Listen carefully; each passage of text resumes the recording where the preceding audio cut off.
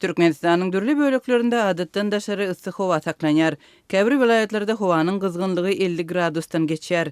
Günden goranmak aladasy ilatyň esasy kynçylygyny öwrüldi. Şuňlar gün urup hasahana ýüz tutýan raýatlaryň sany hem artýar.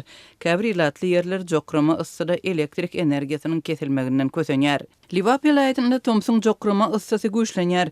Resmi howa maglumatlarynda Türkmenawatda howanyň temperaturasynyň 48 gradusa çenli ýetýänligi görkezilse-de, yerli ýaşaýjylar şäherde termometrleriň 50 gradusy, käbir açyk ýerlerde bolsa hatda 52 gradusy görkezýänligini aýdarlar. Azatlyň Liwapdaky çeşmeleriniň sözlerine görä soňky günlerde aşy ıssy howa sebäpli gün urma bedende suw ýetmezçiliginiň döremegi we içgeçme alamatlary bilen lokmançylyk kömegini sorap keselhanalara ýüz tutýanlaryň sany artypdyr. Türkmenawatdaky köp owurly hastahananyň hemde çärji etrabynyň merkezi hastahanasynyň işgärleriniň azatlyga beren maglumatlaryna görä soňky günlerde esasan garry adamlar, çağalar we açyk howada işleýän adamlar hastahanalara ýygy-ýygydan getirilýär. Soňky bir näçe günde seýle hastalaryň sany 20-den artdy. Köplenç hastalarda ýokary gyzgynlyk, gan basysynyň üýtgemegi, husuny ýitirmek, içgeçme we bedende suw ýetmezçiliginiň döremegi ýaly alamatlar bolýar. Dip saglyk işgärleriniň biri anonimlik şertinde gurrun berdi. Ýurdun deňiz ýaka sebitinde adatça howa biraz salkyn bolýar.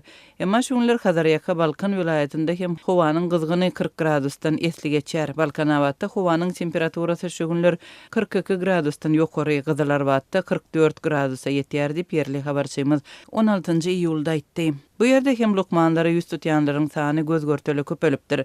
Yerli lukmanlaryň aýtmagyna görä gartaşan adamlaryň ylaýtada 70 ýaş töweregindäki adamlaryň arasynda ölüm köpelipdir. Gan basyşy ýokurlanýar, gezip ýören sagdyna adamlar ýüregi aşy yssyny götermän infarkt, insult bolýarlar.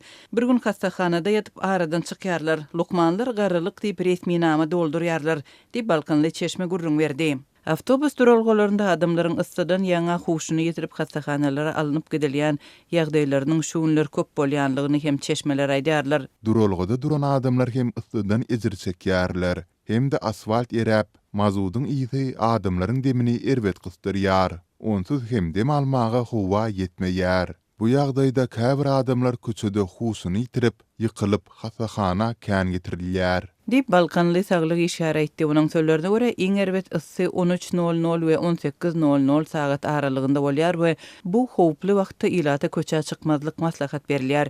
Şeýle-de Balkanawatdaky çeşmeler häkimetleriň şu günler görýän çäreleriniň arasynda şäheriň içindäki gyzan asfalt ýollaryň üstüne çäge sepilýär.